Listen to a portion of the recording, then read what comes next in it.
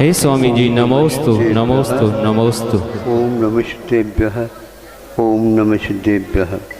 अहिंसा परमो धर्म की आचार्य गुरुवर श्री ज्ञान सागर मुनि महाराज की, गुरु विद्यासागर जी महाराज जी की जय। आचार्य संघ की जय।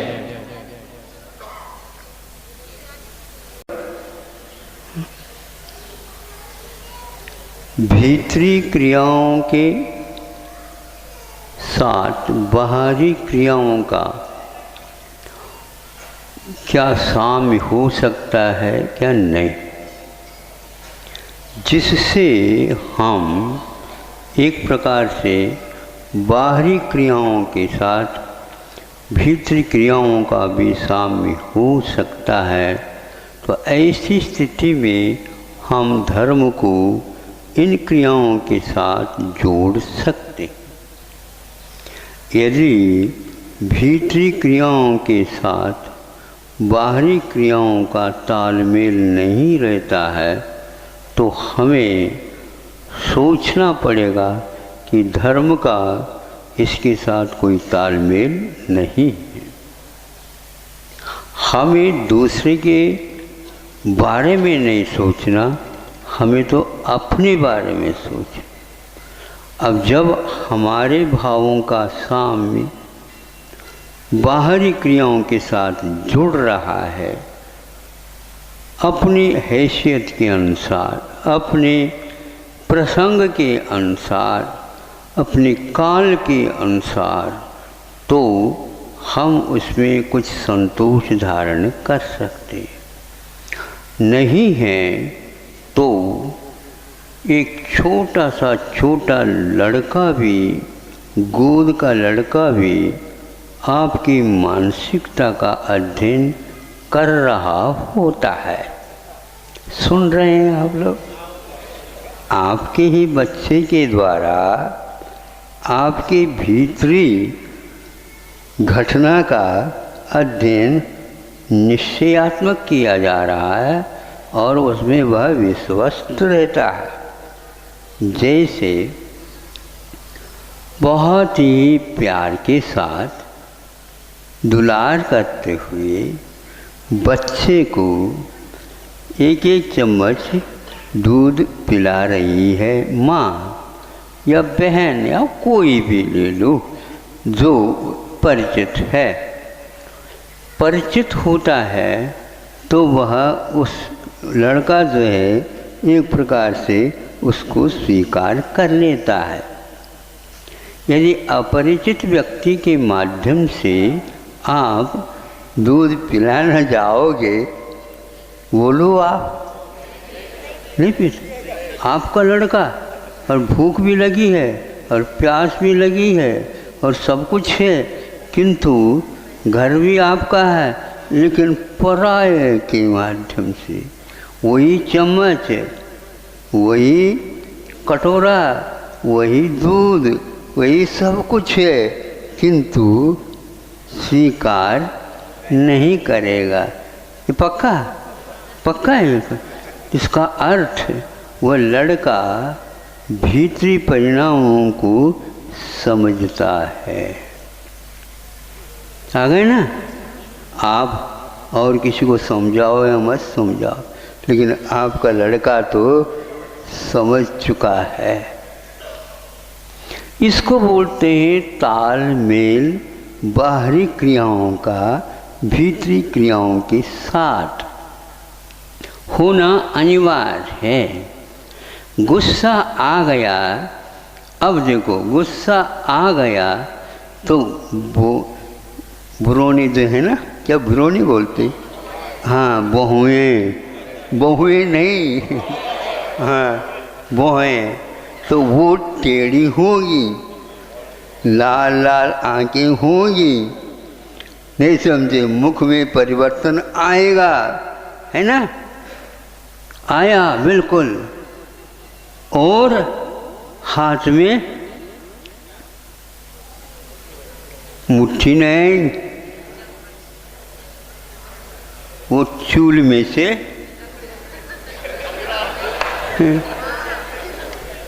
मसाल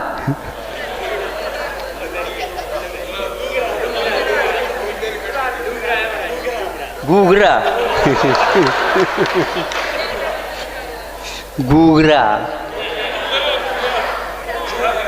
खाओ, यूं निकाल दिया और यूं कर दिया। ये क्या है? ये बाहरी क्रिया के साथ भीतरी क्रिया का तालमेल है क्या नहीं, ये देखना है अपने को।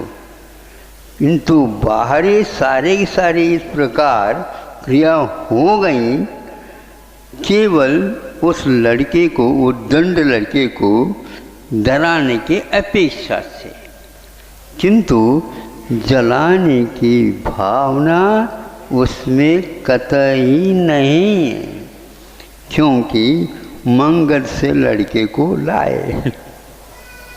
हाँ, बहुत मन्नत वो नहीं समझते। हाँ, वहाँ बार बार प्रार्थना आदि की भावना की होगी तब कहीं पुत्र रत्न की प्राप्ति है। लेकिन उसके साथ ऐसा क्यों व्यवहार, उसके बिना वह मानता नहीं है। हाँ, अब मनाने के लिए भीतर जलाने की भावना हुए बिना ये सब कुछ नाटक करना पड़ता है, हाँ, किंतु तालमेल उसके साथ नहीं, वह बच्चा नहीं समझ पाता। इतना तो समझ पाए ये पराया है, और ये पराये से भी जाकर पराया हो करके जलाने के उपक्रम का, यहाँ पर गड़बड़ हो गया। अब एक बार समझ लेगा तो दोबारा वह करेगा, तो उस समय वो समझ लेगा आपकी बात, तो पुनः वैसा करेगा। धार्मिक अनुष्ठानों के साथ भी इसका आप लोगों को तालमेल करना है। अब ये बात अवश्य है, आप लोग अपने बच्चों को कोई भी संस्कार नहीं दे रहे, ये पक्का हो गया है। यह युग आपको स्पष्ट बता रहा। आप लोग पैसा तो खर्च करते हो अपने बच्चों की शिक्षा के लिए, संस्कारों के लिए आपने एक दाम भी तक का भी खर्च नहीं किया। तभी तो वह फालतू 5, 10, 20 मिनट पहले एक बटन दबाने से एक फ़ोटो निकलता, वो पैक करके चले जाते हैं। आज तो सामने सामने वह जलती रहती है। हमने कहा समझा कि उसको देखने में कमज़ोरी होगी आँखों में, इसलिए लाइट लगा करके मुझे वो देख रहा हो।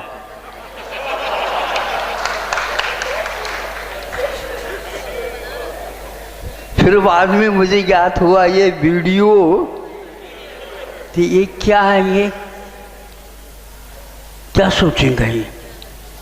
ये अपव्यय है। लोन लेकर के तो आप शिक्षा दे रहे हो उनको, और ये क्या, ये भी लोन लेकर के कर रहे हो, ये गलत कर रहे हो। इसी प्रकार वो मोबाइल चालू करता, तो मोबाइल में क्या है?